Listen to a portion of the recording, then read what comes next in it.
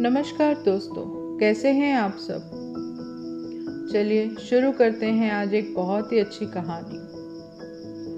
बहुत समय पहले की बात है। आइसलैंड के उत्तरी छोर पर एक किसान रहता था। उसे अपने खेत में काम करने वालों की बड़ी ज़रूरत रहती थी, लेकिन ऐसी खतरनाक जगह जहां आए दिन आंधी तूफान आते रहते हों, कोई काम करने को तैयार नहीं होता था। किसान ने एक दिन शहर के अखबार में इश्तिहार दिया कि उसे खेत में काम करने के लिए एक मजदूर की ज़रूरत है। किसान से मिलने कई लोग आए, लेकिन जो भी उस जगह के बारे में सुनता वो काम करने से मना कर देता। अंततः एक सामान्य कद का पतला दुबला अधेड़ व्यक्ति किसान के पास पहुंचा। किसान ने उससे पूछा, क्या तुम इन परिस्थितियों में काम कर पाओगे? उसने कहा, बस जब हवा चलेगी तब मैं सोता हूँ। किसान को उसका उत्तर थोड़ा अजीब लगा, लेकिन उसे कोई और काम करने वाला मिल नहीं रहा था, इसलिए उसने उस व्यक्ति को काम पर रख लिया।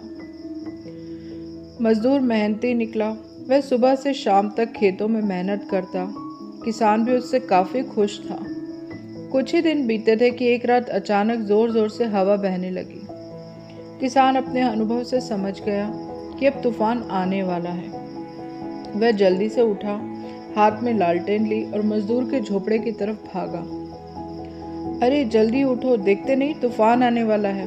इससे पहले कि सब कुछ तबाह हो जाए, कटी फसलों को बांध कर ढक दो, बाड़े के गेट को रस्सियों से कास दो।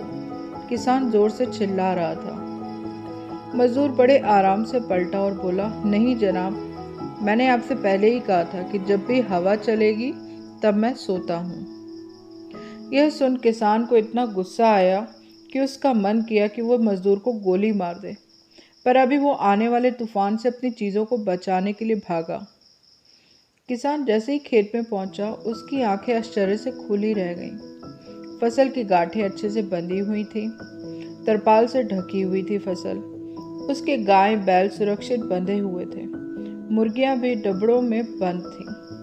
बाड़े का दरवाजा मजबूती से बंधा हुआ था। सारी चीजें बिल्कुल व्यवस्थित थी। नुकसान होने की कोई संभावना बची ही नहीं थी। किसान अब मजदूर की बात को समझ चुका था कि जब हवा चलती है तब मैं सोता हूँ, और अब वो भी चैन से सो सकता था। मित्रों, हमारी जिंदगी में भी कुछ ऐसे तूफान आने तय होते हैं। ज़रूरत इस बात की है कि हम उस मजदूर की तरह पहले से तैयारी करके रखें, ताकि मुसीबत आने पर हम भी चैन से सो सकें। जैसे कि यदि कोई विद्यार्थी शुरू से पढ़ाई करे तो परीक्षा के समय वह आराम से रह सकता है। हर महीने बचत करने वाला व्यक्ति पैसे की ज़रूरत पड़ने पर निश्चिंत रह सकता है।